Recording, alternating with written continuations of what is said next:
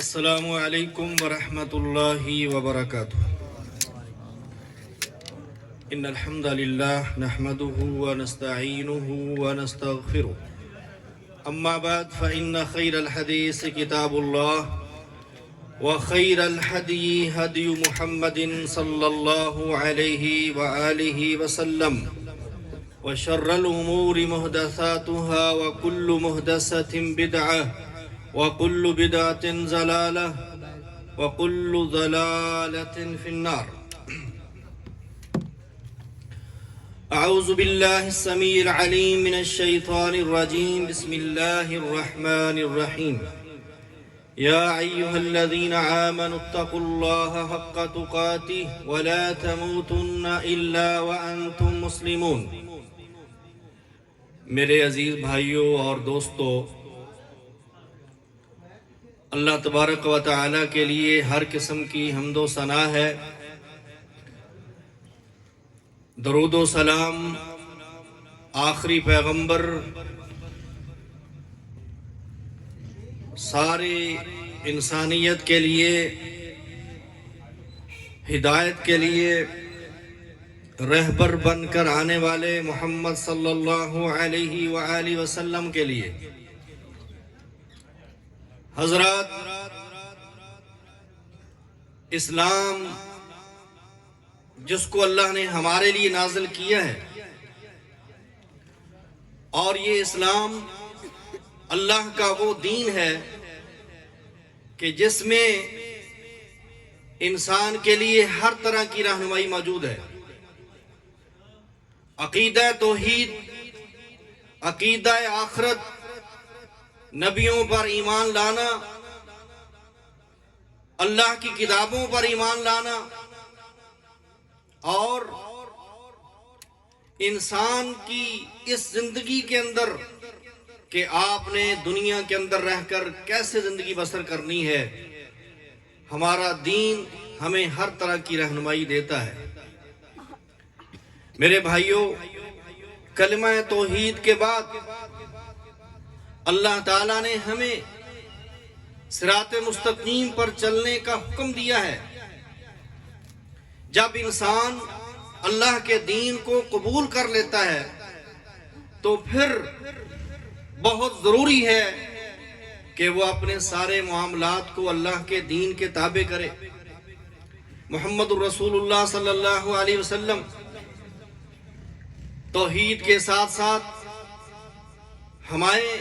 ہمارے اخلاقیات بھی بتا کر گئے، ہمیں نماز بتا کر گئے، ہمیں روزوں کے مسائل بتا کر گئے، ہمیں نکاح اور طلاق کے مسائل بتا کر گئے ہیں، ہمیں کاروبار کے مسائل بتا کر گئے ہیں۔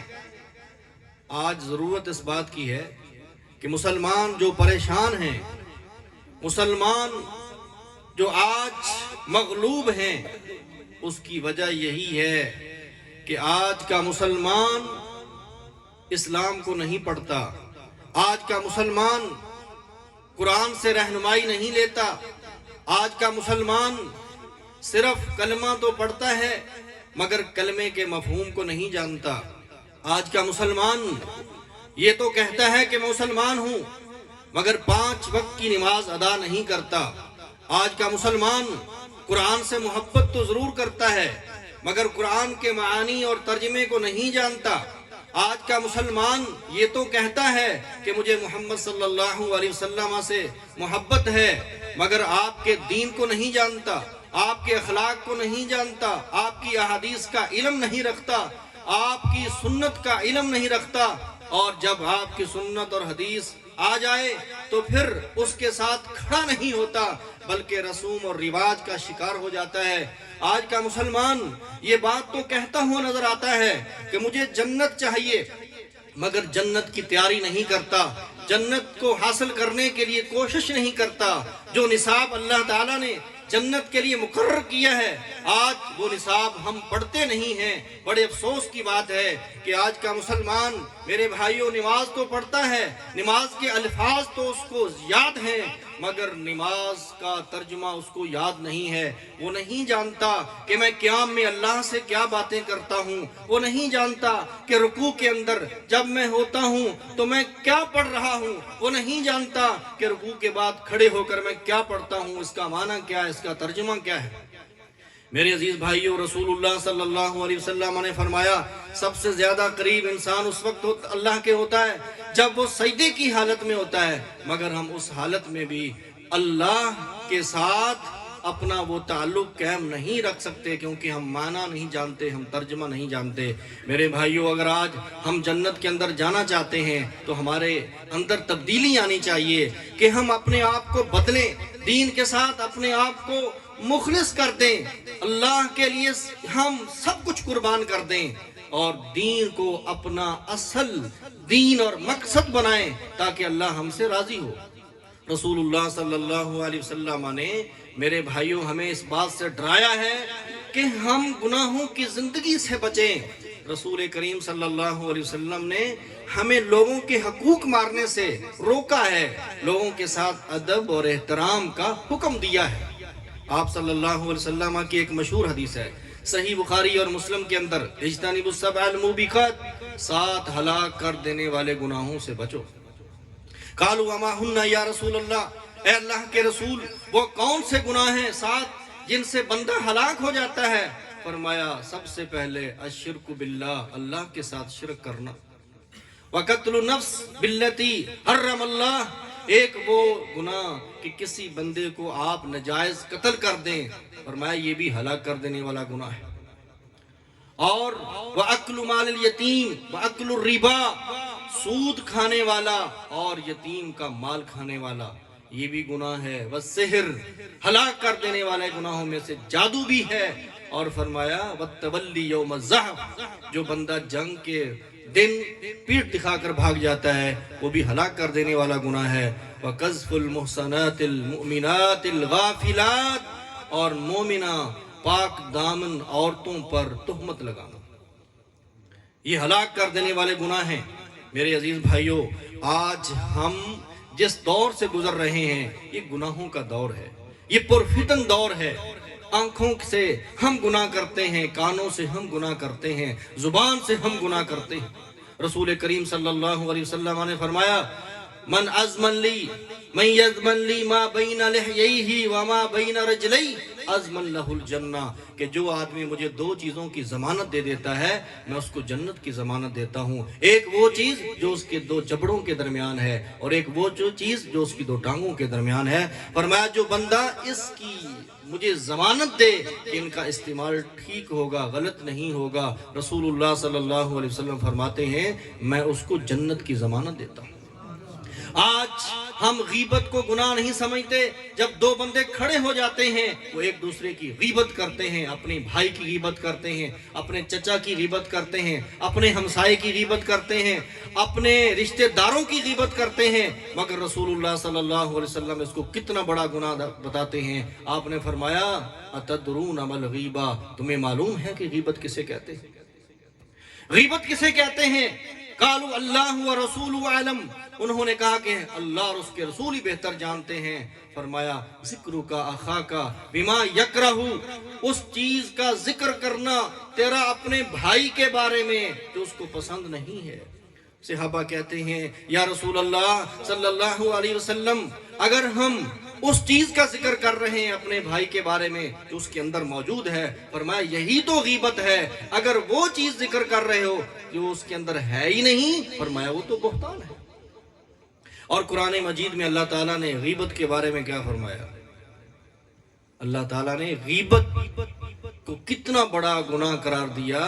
فرمایا اَيُحِبُّ أَحَدُكُمْ أَن يَأْكُلَ لَحْمَ أَخِيهِ مَيْتًا فَكَرِهْتُمُوهُ, کیا تم جانتے ہو, کیا تم پسند کرتے ہو کہ تم اپنے مردہ بھائی کا گوشت کھاؤ؟ یا ایھا الذین آمنوا لا یغتب بعضکم بعضا, اے ایمان والو تمہارا باز کی غیبت نہ کرے. آگے فرمایا کیا تم میں سے کوئی بندہ یہ پسند کرتا ہے کہ وہ اپنے مردہ بھائی کا گوشت کھائے؟ میرے بھائیوں یہ گناہ کتنا عام ہے. آج ہم اپنے بھائیوں کا گوشت کھاتے ہیں, مردہ بھائی کا گوشت کھاتے ہیں. میرے اور آپ کے سامنے ایک مردہ بھائی کی لاش پڑی ہوئی ہو تو کیا ہم پسند کرتے ہیں کہ ہم اس کا گوشت کھائیں؟ مگر غیبت کی صورت میں ہم کھا رہے ہوتے ہیں. رسول اللہ صلی اللہ علیہ وسلم نے فرمایا، صحیح مسلم کی حدیث ہے، ایاکم والظن فإن الظن اکذب الحدیث. یہ گناہ بھی ہمارے اندر بہت زیادہ پایا جاتا ہے. نمازیں پڑھنے والے، روزہ رکھنے والے، قرآن پڑھنے والے، حدیث کا مطالعہ کرنے والے، ان گناہوں سے باز آ جاؤ ورنہ تمہاری ساری نیکیاں ضائع ہو جائیں گی. فرمایا ایاکم والظن، بدگمانی سے بچ جاؤ، فإن الظن اکذب الحدیث، اس لیے کہ بدگمانی سب سے بڑا جھوٹ ہے. ولا تباغضوا، ایک دوسرے سے بغض نہ رکھا کرو. ولا تحاسدوا، ایک دوسرے سے حسد نہ کیا کرو. ولا تدابروا، ایک دوسرے کو پیٹھ دکھا کر نہ بھاگا کرو. المسلم اخو المسلم، مسلمان مسلمان کا بھائی ہوتا ہے. لا یخذلہ، وہ اس کو بے یار و مددگار نہیں چھوڑتا. ولا یحقرہ، وہ اس کو حقیر نہیں سمجھتا. بحسب امرئ من المسلم ان یحقر اخاہ المسلم، کسی بندے کے برے ہونے کے لیے اتنا ہی کافی ہے کہ وہ اپنے مسلمان بھائی کو حقیر سمجھے. التقوی ہا ہنا ویشیر الی صدری، فرمایا تقوی ادھر ہوتا ہے، اپنے سینہ مبارک کی طرف آپ اشارہ کر رہے تھے. کل المسلم علی المسلم حرام دمہ ومالہ وعرضہ، ہر مسلمان کا دوسرے مسلمان پر اس کا خون، اس کا مال، اس کی عزت حرام ہے. کسی کے لیے لائق نہیں ہے، جائز نہیں ہے کہ وہ کسی مسلمان کی عزت پر، اس کے مال پر اور اس کے خون کو ضائع کرے، خون اس کا بہائے، اس کو قتل کرے. اسلام اس کی اجازت نہیں دیتا. صحیح بخاری اور مسلم کی حدیث ہے، رسول اللہ صلی اللہ علیہ وسلم نے فرمایا، میرے بعد کافر نہ ہو جانا. فَيَضْرِبُ بَعْضُكُمْ رِقَابَ بَعْضٍ لَا تَرْجِعُوا بَعْدِي كُفَّارًا، میرے بعد کافر نہ بن جانا، ایک دوسرے کی گردنیں نہ اڑانا، ایک دوسرے کا خون نہ بہانا. یہ خون جو آج ہمارے ہاں بڑا سستا ہو چکا ہے، آج ایک بھائی دوسرے بھائی کو قتل کرنے کے لیے تیار ہے. دیکھیں 2 دن کا پہلے کا واقعہ ہے، ڈسکا کے اندر ایک عورت نے اپنی بہو کو، اپنی بھانجی کو کس دردناک طریقے سے قتل کیا اور اس کے جسم کے ٹکڑے ٹکڑے کر دیے اور اس کا چہرہ جلا دیا. میرے بھائیوں، اتنی سختی اس مسلمان معاشرے کے اندر کیسے آ گئی ہے؟ وہ مسلمان جو اپنے مسلمان بھائی کا دفاع کرتا تھا، اپنے مسلمان بھائی کے لیے لڑتا تھا، اس کا محافظ تھا، اس کا دستو بازو تھا، آج وہی مسلمان اپنے ہی قریبی رشتہ داروں کو قتل کر رہا ہے. آج اس معاشرے کے اندر اتنی صفاقی آ گئی ہے، یہ معاشرہ اس قدر گناہوں کی دلدل کے اندر پھنس گیا ہے، اور یہ معاشرہ گناہ کر کر کے اس کے دل پتھر سے بھی زیادہ سخت ہو چکے ہیں.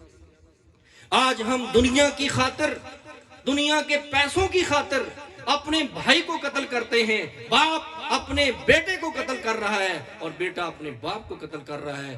بھائی کے خلاف سازشیں کر رہا ہے، جھوٹے مقدمے کر رہا ہے. کیا ایک مسلمان کی یہ شان ہے؟ ایک مسلمان تو اپنے بھائی کے لیے خیر خواہی کا پیغام لے کر آتا ہے. جب ہم ایک دوسرے کو سلام کہتے ہیں تو کیا مطلب ہے؟ السلام علیکم ورحمت اللہ وبرکاتہ، کہ تیرے اوپر سلامتی ہو، تیرے اوپر اللہ کی رحمت ہو، تیرے اوپر اللہ کی برکات ہو. مگر ہم اندر کیا رکھتے ہیں؟ اپنے سینے کے اندر ہماری نیت کیا ہے، ہمارا ارادہ کیا ہے؟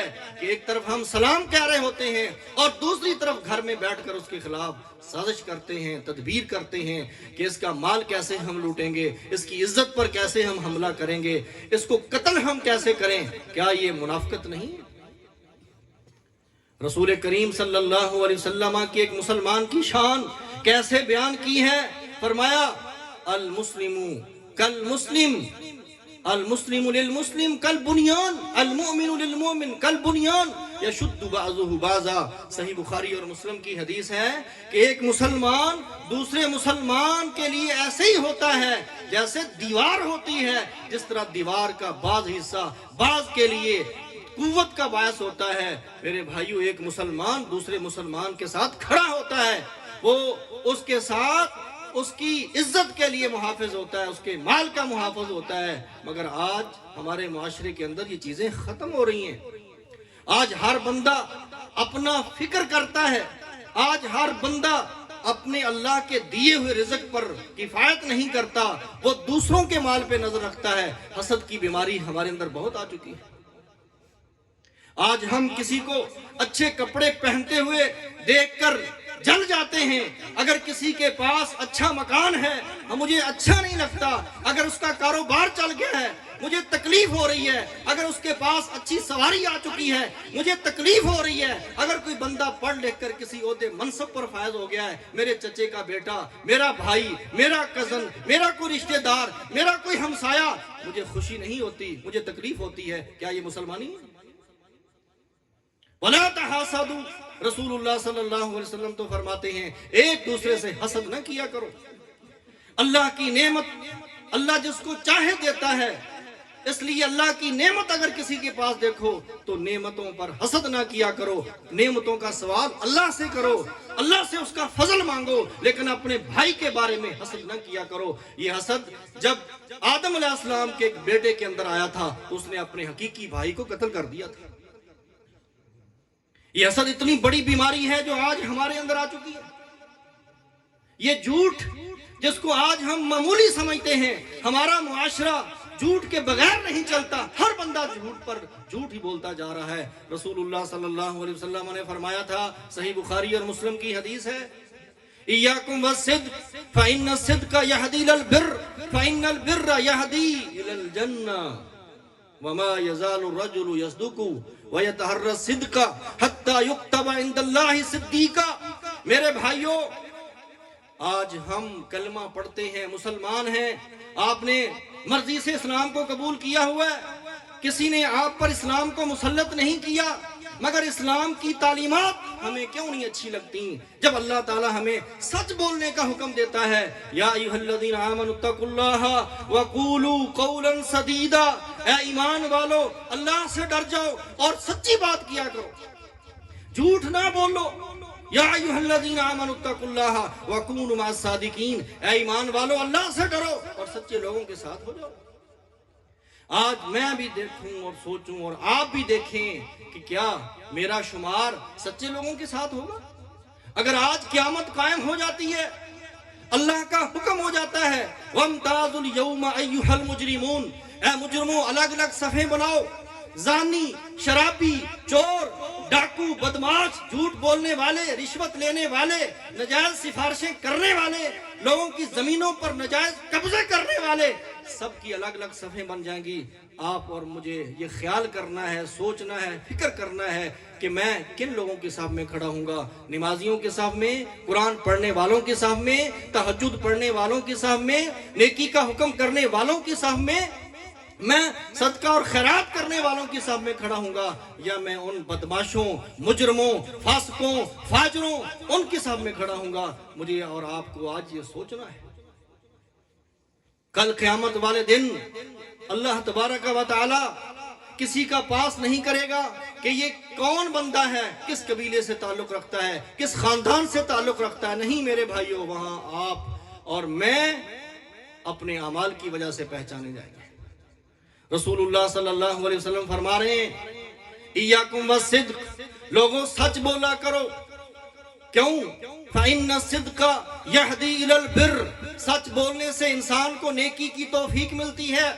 فإن البر یہدی الی الجنہ، جو بندہ نیکیاں کرتا ہے اللہ تعالیٰ اس کو جنت کے اندر پہنچا دیتا ہے۔ اور وما یصدق الرجل، جو آدمی سچ بولتا ہے، وَيَتَحَرَّ الصِّدْقَ، سچ بولنے کی کوشش میں رہتا ہے، حَتَّى يُكْتَبَ عِندَ اللَّهِ صِدِّيقًا، اللہ کے ہاں اس کو صدیق لکھ دیا جاتا ہے۔ اور فرمایا ایاکم والکذب، لوگوں جھوٹ بولنے سے باز آ جاؤ۔ فإن الكذب يهدي إلى الفجور فإن الفجور يهدي إلى النار، جھوٹ بولنے سے باز آ جاؤ۔ جھوٹ بولنے سے انسان گناہوں کی طرف جاتا ہے اور گناہ انسان کو جہنم کے اندر لے کر جاتے ہیں۔ ان الابرار لفی نعیم وان الفجار لفی جحیم۔ لوگوں، اللہ نے قرآن کے اندر فیصلہ سنا دیا ہے، ان الابرار لفی نعیم، نیک لوگ اللہ کی نعمتوں کے اندر ہوں گے، وان الفجار لفی جحیم، اور جو فاسق اور فاجر لوگ ہوں گے جہنم کے اندر جائیں گے۔ فریق فی الجنہ و فریق فی السعیر، گروہ دو ہی ہوں گے، ایک حزب اللہ، اللہ کی جماعت، ایک حزب الشیطان، شیطان کی جماعت۔ میں اور آپ سوچیں کہ میں کس جماعت کے اندر ہوں؟ شیطان کی جماعت میں ہوں یا اللہ کی جماعت کے اندر ہوں؟ اگر میں اللہ کی جماعت کے اندر ہوں تو میرا کردار، میرا ایمان، میرا عمل، میرا اخلاق، میرے اعمال وہ ہوں جو اللہ کو پسند ہیں۔ اگر میں برے عمل کرتا ہوں، فسق و فجور کرتا ہوں، میں ظلم و ستم کرتا ہوں، میں شرک اور بدعت کرتا ہوں، میں حرام کھاتا ہوں، میں لوگوں کے مال پر قبضے کرتا ہوں، جھوٹ بولتا ہوں، جھوٹی قسمیں اٹھا کر میں اپنا سودا بیچتا ہوں، اپنے مسلمان بھائیوں کو دھوکہ دیتا ہوں، ان کی غیبت کرتا ہوں، چغلی کرتا ہوں، تو میرا شمار فاسقوں اور فاجروں کے اندر ہوگا۔ وَإِنَّ الْفُجُورَ يَهْدِي إِلَى النَّارِ، لوگوں، جب انسان گناہوں کے راستے پر چلتا ہے تو گناہ اس کو جہنم کے اندر لے جاتے ہیں۔ وَمَا يَزَالُ الرَّجُلُ يَكْذِبُ وَيَحْتَهِرُ الْكِذْبَ حَتَّى يُكْتَبَ عِندَ اللَّهِ كَذَّابًا، لوگوں، جو بندہ جھوٹ بولتا ہے، جھوٹ بولنے کی کوشش کرتا رہتا ہے، اللہ کے اس کو کذاب لکھ دیا جاتا ہے۔ عبداللہ بن مسعود رضی اللہ تعالی عنہ فرماتے ہیں کہ جو منافق ہے، منافق اور مسلمان میں فرق کتنا ہے کہ ایک منافق بندے کے دل میں گناہ کے بارے میں کوئی خطرہ نہیں ہوتا۔ فرمایا منافق ایسے ہی گناہ کو دیکھتا ہے جیسے اس کی ناک پہ مکھی بیٹھی ہو، ایسے کرے گا، اڑا دیتا ہے۔ وَإِنَّ الْمُؤْمِنَ يَرَى الذُّنُوبَ، اور جو مومن آدمی ہوتا ہے جب اس سے گناہ ہو جاتا ہے، اس کی سوچ اور فکر کیا ہوتی ہے، اس کو پریشانی کتنی لگتی ہے۔ فرمایا وہ ایسے ہی اپنے آپ کو دیکھتا ہے جیسے پہاڑ کے نیچے آ گیا اور پہاڑ اس کے اوپر گرنے والا ہے۔ جب اس سے گناہ ہو جاتا ہے، عبداللہ بن عمر رضی اللہ تعالی عنہما، صحیح بخاری کے اندر ہے کہ جب ان سے عشاء کی نماز کبھی جماعت سے رہ جاتی تو اس کمی کو پورا کرنے کے لیے ساری رات قیام کرتے تھے۔ آج ہم مسلمان بھی ہیں اور ہمیں گناہوں سے محبت ہے، نیکی سے ہم دور ہیں، ہمارا اخلاق بگڑے ہوئے ہیں، ہم بد زبان ہیں، بد کلام ہیں، ہم اخلاق کے لحاظ سے بہت گرے ہوئے ہیں، ہم اپنے بھائی سے اچھے طریقے سے بات نہیں کر سکتے، ہم اپنے بوڑھے باپ کی قدر نہیں کرتے، اپنی ماں کی خدمت نہیں کرتے، اپنے ہمسایوں کے ساتھ اچھا سلوک نہیں کرتے۔ رسول اللہ صلی اللہ علیہ وسلم نے فرمایا والذی نفسی بیدہ لا یؤمن، صحیح بخاری اور مسلم، قسم اٹھا کر فرمایا کہ وہ بندہ مومن نہیں، 3 بار فرمایا وہ بندہ مومن نہیں۔ صحابہ پوچھتے ہیں یا رسول اللہ کس کی بات کر رہے ہو؟ فرمایا جس بندے کا ہمسایہ اس کی شرارتوں سے تنگ ہے، جس بندے کا ہمسایہ اس کی شرارتوں سے، حرکتوں سے، اس کی باتوں سے تنگ ہے، فرمایا کہ وہ بندہ ایمان والا بھی۔ میرے بھائی، نماز پڑھنا صرف ایمانداری نہیں ہے، نماز پڑھنا صرف کامیابی نہیں ہے، نماز پڑھنا صرف اسلام نہیں ہے، پوری زندگی کا نام اسلام ہے۔ آپ مسجد میں آتے ہیں تو مومن ہوتے ہیں اور مسجد سے باہر جاتے ہیں تو آپ اسلام کو پھینک دیتے ہیں۔ جیسے آپ مسجد سے باہر نکلے، ٹوپی سر سے اتاری، جیب میں ڈال دی، کیا مطلب؟ اسلام ختم ہو گیا۔ اب ہم اپنی مرضی کریں گے، دکان پر بیٹھیں گے اپنی مرضی کریں گے، گھر میں جائیں گے اپنی مرضی کریں گے، بازار جائیں گے اپنی مرضی کریں گے، دفتر میں جائیں گے اپنی مرضی کریں گے، اور اپنے دوستوں کے پاس بیٹھیں گے اپنی مرضی کریں گے، موبائل کھولیں گے تو اپنی مرضی کا دیکھیں گے۔ یہ بندہ اسلام کو نہیں جانتا، یہ بندہ مسلمان نہیں ہے حقیقت میں۔ اس نے یہ سمجھ لیا ہے کہ شاید مسجد کے اندر سجدہ کرنے کا نام اسلام ہے۔ نہیں، اللہ تعالیٰ قرآن حکیم میں فرماتا ہے یا ایھا الذین آمنوا اتقوا اللہ حق تقاتہ ولا تموتن الا وانتم مسلمون، اے مسلمانوں، ایمان کا دعویٰ کرنے والو، اس طرح اللہ سے ڈرو جس طرح ڈرنے کا حق ہے۔ جو رب تمہیں مسجد میں دیکھ رہا ہے، وہ دکان میں بیٹھ کر جب تم جھوٹ بولتے ہو، سودا جھوٹ بول کر فروخت کرتے ہو، وہ بھی اللہ دیکھ رہا ہے۔ رسول اللہ صلی اللہ علیہ وسلم نے فرمایا، صحیح مسلم کی حدیث ہے، جو بندہ کسی مسلمان بھائی کا مال چھینتا ہے، جھوٹی قسم اٹھا کر اپنے حق میں فیصلہ کرواتا ہے، ایک چیز سامنے پڑی ہوئی ہے، دو مسلمانوں کا اختلاف ہو جاتا ہے، ایک کہتا ہے یہ چیز میری ہے، دوسرا بندہ کہتا ہے یہ چیز میری ہے، ایک بندہ قسم اٹھاتا ہے، یہ فیصلہ ہو جاتا ہے کہ جو بندہ قسم اٹھا دے گا یہ چیز اس کو دے دی جائے گی، یہ بندہ قسم اٹھا کر اپنے حق میں فیصلہ کروا لیتا ہے اور وہ چیز اپنے قبضے میں لے لیتا ہے۔ رسول اللہ صلی اللہ علیہ وسلم نے فرمایا کہ جو شخص جھوٹی قسم اٹھا کر اپنے کسی مسلمان بھائی کا مال اپنے قبضے میں لیتا ہے، فرمایا وہ آگ میں جائے گا، جنت اس پہ حرام ہے۔ صحابہ کہتے ہیں یا رسول اللہ اگرچہ وہ معمولی چیز ہو، اگرچہ وہ معمولی چیز ہو، چند پیسوں کی چیز ہو، فرمایا رسول اللہ صلی اللہ علیہ وسلم نے اگرچہ وہ پیلو کے درخت کی شاخ کیوں نہ ہو۔ صحیح مسلم کے اندر یہ حدیث موجود ہے میرے، اور نبی صلی اللہ علیہ وسلم نے فرمایا، یہ بڑی مشہور حدیث ہے، صحیح مسلم کے اندر ہی موجود ہے، آپ نے فرمایا سلاسن، تین بندے اس طرح کے ہیں، لا ينظر اللہ الیہم، اللہ ان کی طرف دیکھے گا نہیں، ولا یزکیہم، اللہ تعالیٰ ان کے گناہ معاف نہیں کرے گا، ولہم عذاب علیم، اور ان کے لیے دردناک عذاب ہے۔ کبھی ہم نے اس حدیث پر غور کیا؟ ابو ذر جو اس حدیث کے راوی ہیں وہ کہتے ہیں یا رسول اللہ قد خابوا وخسروا من هم یا رسول اللہ، اے اللہ کے نبی کون ہیں وہ لوگ؟ یقیناً وہ خسارے میں چلے گئے، نقصان میں چلے گئے، کون ہیں؟ فرمایا المسبل، وہ شخص جو اپنا کپڑا نیچے رکھتا ہے، مرد ہو کر اس کی چادر، اس کی شلوار، اس کی پینٹ ٹخنوں کو ڈھانپے ہوئے ہے، المسبل، یہ بندہ جہنم کے اندر جائے گا، اللہ تعالیٰ اس کو معاف نہیں کرے گا، اللہ اس پر نظر رحمت نہیں کرے گا۔ یہ گناہ ہمارے اندر کتنا عام ہے۔ ایک تو یہ ہے کہ ایک بندہ یہ گناہ کر رہا ہے، اور دوسری زیادتی یہ کرتا ہے اپنے آپ پر کہ جو بندہ سنت کے مطابق کپڑا اپنے ٹخنوں سے اوپر اٹھائے ہوئے ہے اس کو مذاق کیا جاتا ہے، اس کا مذاق کیا جاتا ہے۔ یہ مذاق کس کو کیا جا رہا ہے؟ اس بندے کو نہیں کیا جا رہا، یہ رسول اللہ صلی اللہ علیہ وسلم کو مذاق کیا جا رہا ہے۔ دوسرا بندہ فرمایا المنان، جو شخص کسی پر احسان کرتا ہے اور پھر اس کو جتلاتا رہتا ہے، فلاں موقع پر میں نے تیرے ساتھ یہ کیا تھا، فلاں موقع پر میں نے یہ کیا تھا، وہاں سے تجھے نکلوایا، وہاں تو پھنسا ہوا تھا، میں نے تیری مدد کی، میں نہ ہوتا تو تیرے ساتھ یہ ہو جاتا۔ وہ دن رات اس کا سر کھاتا ہے، بارہا بارہا اس کو وہ چیزیں یاد دلاتا رہتا ہے۔ فرمایا المنان، جو بندہ احسان کر کے جتلاتا ہے وہ بھی آگ میں جائے گا۔ اور تیسرا والمنفق سلعتہ بالحلف الکاذب، کہ جو شخص جھوٹی قسم اٹھا کر اپنا سودا بیچتا ہے۔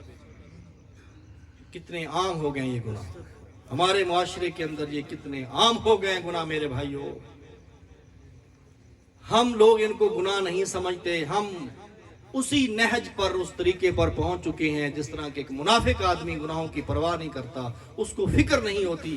آج ہم بھی اسی طریقے پر پہنچ چکے ہیں، ہمارے دل بالکل ایسے ہو گئے ہیں کہ بالکل پتھروں کی مانند ہو گئے ہیں، ان کے اوپر زنگ چڑھ گیا ہے۔ میرے محترم بھائیو، رسول اللہ صلی اللہ علیہ وسلم نے فرمایا، صحیح بخاری اور مسلم کی حدیث ہے، ٹھیک کر دو جس طرح سے تھوڑی زیادہ کام ہو گئی۔ آپ نے فرمایا آیت المنافقی، بس آیت المنافقی ثلاث، منافق بندے کی تین نشانیاں ہیں۔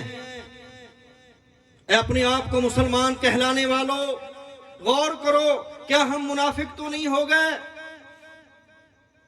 اور صحیح مسلم کے اندر یہ الفاظ ہیں، اربع من کن فیہ کان منافقا خالصا، جس بندے کے اندر یہ چار چیزیں پائی جائیں گی وہ پکا منافق ہے، خالص منافق ہے۔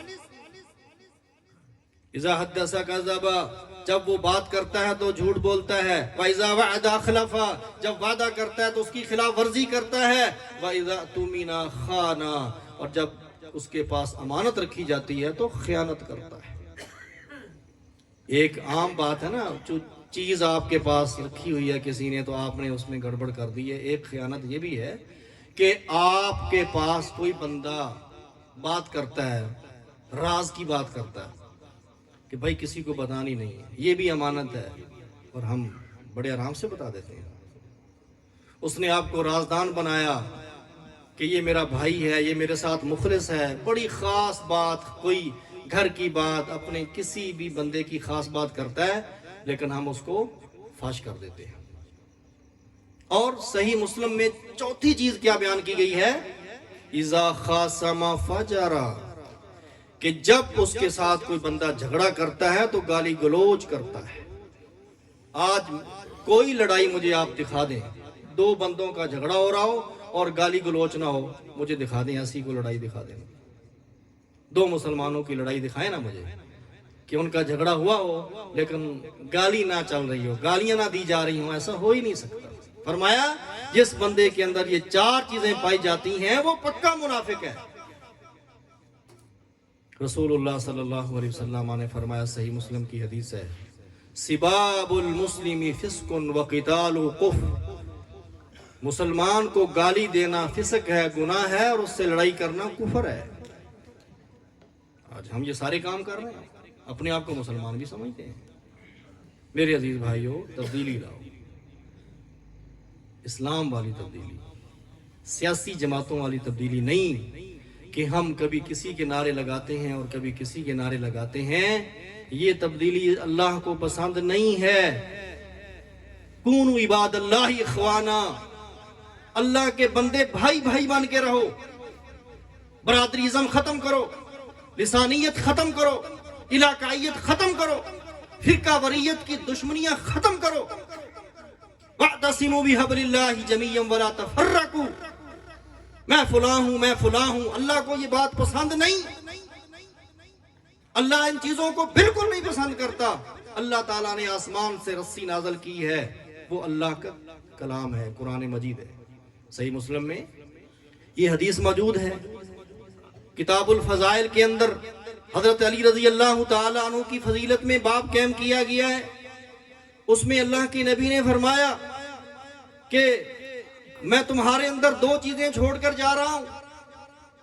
ایک کتاب اللہ, اللہ کی کتاب, وَهُوَ حَبْلُ اللَّهِ, آپ نے فرمائی اللہ کی رسی ہے. فِيهِ هُدًى وَنُورٌ, اس کتاب کے اندر تمہارے لیے ہدایت ہے اور نور ہے. جو اس کی پیروی کرے گا ہدایت پائے گا, اور جو اس قرآن کے خلاف چلے گا, اللہ کے رسول فرماتے ہیں, وہ گمراہ ہو جائے گا. قرآن مجید کے بارے میں ترغیب دی ہے, قرآن کو پڑھیے, قرآن پہ عمل کیجئے. یہ حبل اللہ ہے, قرآن کی تفسیر, اللہ کے نبی کی سنت ہے, آپ کی حدیث ہے. ان دونوں چیزوں کو مضبوطی سے تھام کر رکھیے. اور آپ نے اس حدیث کے اندر دوسری چیز آپ کے اصحاب, آپ کے اہل بیت بتائے. وَأَهْلُ بَيْتِي, اور میرے جو اہل بیت ہیں, میرے قریبی رشتہ دار ہیں, آپ کی بیٹیاں اور آپ کی بیویاں, حضرت علی رضی اللہ تعالی عنہ, سیدنا حسن, سیدنا حسین رضی اللہ تعالی عنہما, ان کی عزت کرنا. وَإِتْرَةُ أَهْلُ بَيْتِي, میرے اہل بیت کا احترام کرنا. فَاتَّقُوا اللَّهَ فِي أَهْلِ بَيْتِي, لوگوں میرے اہل بیت کے بارے میں اللہ سے ڈر کر رہنا, ان کا خیال کرنا. یہ میرے رشتہ دار ہیں, یہ میرے عزیز ہیں. اللہ کے نبی صلی اللہ علیہ وسلم ہمیں یہ نصیحت کر کے گئے. آج ہم دیکھتے ہیں کہ لوگ آپ کے اصحاب کے بعد اہل بیت کے بارے میں بھی جرت کرتے ہیں, سیدنا علی پر طعن کرتے ہیں, حسن و حسین پر طعن کرتے ہیں, آپ کی بیٹی پر طعن کرتے ہیں. میرے بھائیو, ایسا بندہ جو اللہ کے رسول صلی اللہ علیہ وسلم کے رشتہ داروں پر طعن کرتا ہے, آپ کے اہل بیت کی عزت نہیں کرتا, احترام نہیں کرتا, ان سے محبت نہیں کرتا, وہ بندہ مومن نہیں. سیدنا علی رضی اللہ تعالیٰ عنہ فرماتے ہیں کہ اللہ کے نبی نے میرے متعلق فرمایا تھا کہ علی, تو اس سے وہی بندہ محبت کرے گا جو مومن ہوگا, تو اس سے وہی بغض رکھے گا جو منافق ہوگا. سیدنا علی رضی اللہ تعالیٰ عنہ امیر المومنین ہیں, آپ کے داماد ہیں, آپ کے چچا کے بیٹے ہیں, آپ نے ان کو جنت کی بشارت دی ہے. آپ رضی اللہ تعالیٰ عنہ وہ صحابی ہیں, آپ کے داماد ہیں, آپ کے چچا کے بیٹے ہیں, آپ نے ان کو جنت کی بشارت دی ہے. آپ رضی اللہ تعالیٰ عنہ وہ صحابی ہیں, آپ کے داماد ہیں, آپ نے ان کو جنت کی بشارت دی ہے. آپ رضی اللہ تعالیٰ عنہ وہ صحابی ہیں, آپ کے چچا کے بیٹے ہیں, آپ نے ان کو جنت کی بشارت دی ہے. آپ جن کے بارے میں آپ نے فرمایا تھا، صحیح بخاری اور مسلم کے اندر حدیث موجود ہے، خیبر کے موقع پر، کل میں جھنڈا اس بندے کو دینے والا ہوں کہ جو اللہ اور اس کے رسول سے محبت کرتا ہے، اور اللہ اس کے رسول اس سے محبت کرتے ہیں۔ صحابہ کہتے ہیں ساری رات بندے اس انتظار میں تھے، ہر بندے کی یہ خواہش تھی کہ کاش صبح جھنڈا مجھے مل جائے۔ تو صبح آپ نے فرمایا علی بن ابی طالب کہاں ہے رضی اللہ تعالی۔ آپ نے ان کو بلایا اور ان کو جھنڈا تھمایا، یہ علی ہے رضی اللہ تعالیٰ عنہ۔ ان سے محبت کرنا ہمارے ایمان کا حصہ ہے۔ جو بندہ آپ سے بغض رکھتا ہے وہ بندہ مومن نہیں ہے، جنت میں نہیں جائے گا۔ یہ آپ کی وصیتیں ہیں، یہ آپ کی نصیحتیں ہیں میرے بھائیوں۔ ایمان کو کامل کرنا ہے، مکمل کرنا ہے، تو آپ کو ہر حدیث پر عمل کرنا ہوگا۔ یہ نہیں کہ یہ حدیث فلاں کی ہے، یہ حدیث فلاں کی ہے۔ جو آپ کی زبان مبارک سے حدیث نکلی ہے وہ آپ کی حدیث ہے، وہ ابو بکر صدیق کے بارے میں ہو، حضرت عمر کے بارے میں ہو، حضرت عثمان کے بارے میں ہو، سیدنا علی رضی اللہ تعالیٰ عنہ کے بارے میں ہو، آپ کی بیٹی فاطمہ کے بارے میں ہو، آپ کی ازواج مطہرات کے بارے میں ہو۔ ہم تمام حدیثوں کو مانتے ہیں اور تمام حدیث کے مطابق عمل کرتے ہیں۔ عقیدے کے متعلق ہو، عمل کے متعلق ہو، آخرت کے متعلق ہو، نماز روزے کے متعلق ہو، نکاح اور طلاق کے متعلق ہو، ہر حدیث کو مانیے میرے بھائیوں، تب جا کے ہم مومن بنیں گے۔ ایک آخری حدیث میں آپ کو سناتا ہوں، سب بھائی اس پہ غور کریں گے۔ آپ نے فرمایا کہ لا تدخل الجنت حتی تؤمنوا، تم جب تک ایمان والے نہیں بن جاتے تم جنت میں نہیں داخل ہو سکتے۔ صحیح مسلم اور ترمذی میں حدیث موجود ہے۔ اور پھر فرمایا وَلَا تُؤْمِنُوا حَتَّى تَحَابُوا، جب تک تم آپس میں محبت نہیں کرو گے تم مومن ہی نہیں بن سکتے۔ اب بتاؤ دشمنی کا کوئی حق ہے ہمارے پاس؟ ایک دوسرے سے بغض رکھنا، لڑائی کرنا، جھگڑا کرنا، اس کی گنجائش اسلام کے اندر ہے؟ بالکل نہیں ہے۔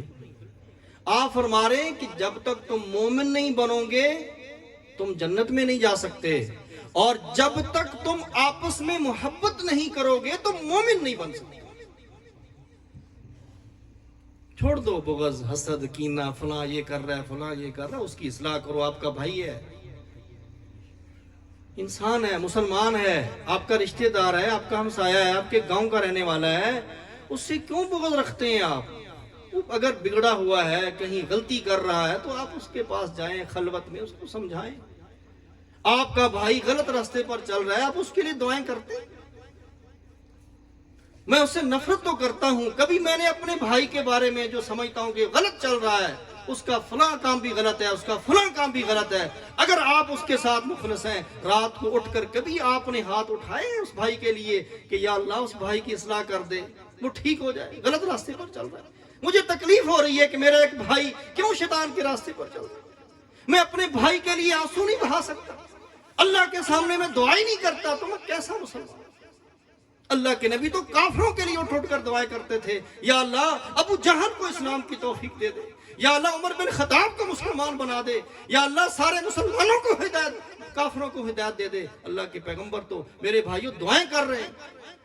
اور ایک حدیث میں صحیح مسلم میں اور مسند احمد میں حدیث موجود ہے کہ اللہ کے رسول صلی اللہ علیہ وسلم ایک سجدے میں ساری رات گزارتے ہیں اور اللہ سے یہ دعا کرتے ہیں کہ یا اللہ تو ان کو معاف کر دے، اگر تو عذاب دے گا تو تیرے ہی بندے ہیں، تو ان کو معاف کر دے۔ باتیں کرنا تو بہت آسان ہے، کسی کے خلاف کسی کو کرنا بڑا آسان ہے، کسی کی غیبت کرنا بہت آسان ہے، کسی کے عیب نکالنا بہت آسان ہے، کسی کی جاسوسی کرنا بہت آسان ہے، مگر اس بھائی کے لیے اصلاح کے لیے کوشش کرنا، اللہ سے دعا کرنا، یہ بہت مشکل ہے۔ اللہ سے دعا ہے کہ اللہ تعالیٰ ہمیں قرآن و سنت پر عمل کرنے کی توفیق عطا فرمائے، اللہ تعالیٰ ہمیں حقیقی مسلمان بننے کی توفیق عطا فرمائے، ہمارے اندر جو بغض اور حسد کی بیماریاں ہیں اللہ تعالیٰ ختم کر دے، اللہ تعالیٰ ہمیں ہر قسم کے گناہ سے توبہ کی توفیق عطا فرمائے، اللہ ہمارے دلوں کو نرم کر دے، اللہ ہمارے دلوں میں قرآن اور حدیث کا نور بھر دے، اللہ تعالیٰ ہمیں آپس میں بھائی بھائی بننے کی توفیق دے دے، ہمارے دلوں سے بغض، حسد، کینہ اللہ تعالیٰ دور فرما دے، یا اللہ ہمیں حقیقی مسلمان بنا دے، یا اللہ ہم تیرے حضور توبہ کرتے ہیں، اللہ ہمارے سارے گناہ معاف کر دے۔ یا اللہ ہمارے بھائیوں کو معاف کر دے، ہماری بہنوں کو معاف کر دے، ہمارے والدین کو معاف کر دے، ہمارے سارے رشتہ داروں کو معاف کر دے، ہمارے سارے مسلمانوں کو معاف کر دے۔ یا اللہ جو بے ہدایتیں ان کو ہدایت دے دے، یا اللہ جو گمراہ ہیں ان کو ہدایت دے دے، یا اللہ جو سنت سے دور ہیں ان کو سنت کے قریب کر دے، یا اللہ جو توحید سے دور ہے ان کو توحید کا علم عطا فرما، توحید کی سمجھ عطا فرما، بے نمازوں کو نماز پڑھنے کی توفیق عطا فرما، جو قرآن سے دور ہیں ان کو قرآن پڑھنے کی توفیق عطا فرما۔ یا اللہ ہمارے کاروبار میں برکت عطا فرما، یا اللہ ہماری زندگیوں کے اندر برکت عطا فرما، یا اللہ اپنے گھر میں آنے کی 5 وقت آنے کی توفیق عطا فرما، یا اللہ ہمیں رزق حلال کمانے کی توفیق عطا فرما، یا اللہ ہمارے کانوں کی حفاظت فرما، آنکھوں کی حفاظت فرما، زبان کی حفاظت فرما، یا اللہ ہمارے ہاتھوں کی حفاظت فرما، ہمارے پاؤں کی حفاظت فرما، یا اللہ ہمیں آگے سے پیچھے سے اوپر سے نیچے سے ہر طرف سے یا اللہ ہمیں محفوظ فرما، یا اللہ ہمیں شیطان سے بچنے کی توفیق عطا فرما، یا اللہ اپنے راستے پر چلنے کی توفیق عطا فرما، اللہ گناہوں کے راستے کو چھوڑنے کی توفیق عطا فرما، اللہ ہمیں نیکی کا راستہ اختیار کرنے کی توفیق عطا فرما۔ اللہ جب ہم زندہ ہیں تو تیرے دین پر، اسلام پر قائم رہیں، جب تک ہمیں موت نہیں آتی یا اللہ اسی دین پر ہمیں قائم رکھ۔ یا اللہ قیامت والدین اپنے نبی صلی اللہ علیہ وسلم کی شفاعت عطا فرما، ان کے ہاتھوں سے ہمیں حوض کوثر نصیب فرما، ان کے ساتھ جنت میں جانے کی توفیق عطا فرما۔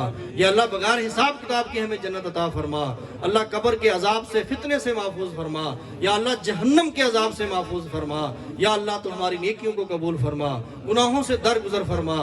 وآخر دعوانا الحمد